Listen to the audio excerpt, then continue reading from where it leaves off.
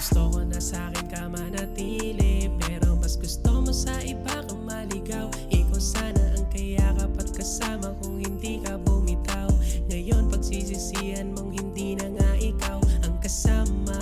Ngayon sa kama, mabuti na lang di na tayo nagtagal, kasi sayang lang ang oras pag sa'yo pa sumugal. Mas maigi nang tinapos at pinuto lang ating pagmamahal. Ikaw sana ang kasama sa ating pangarap, magkasamang binuo. Kaso mas nauna ka pang mawala kaysa sa magkatotoo. Mga sinabi mo na kahit itaga pa sa bato, pero ano, sinabihan mo pa ako na wag akong magloloko. Gusto mo lang naman siguro na makatakas nun, kaya ang dami mong mga plasot na ko. Diyos ko, nahuli ka na nga tas tatanggay mo pa. Ano na namang mga palasot ang gagawin ng katulad mo? Hindi magawang manatili at mabuting di ka nanatili.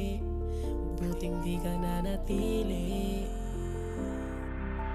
Gusto ko na sa'kin ka manatili, pero mas gusto mo sa iba ka maligaw. Ikaw sana ang kayakap at kasama kung hindi ka bumitaw.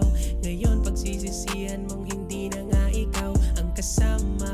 Ngayon sa kama, mabuti na lang di na tayo nagtagal, kasi sayang lang ang oras pag sa'yo pa sumugal. Mas maigi nang tinapos at pinuto lang ating pagmamahal. Mas mabuti na nga na nawala ka, mas okay ako kapag wala ka. Malaya ako nung nawala na akong pakialam, baliwala na rin lahat.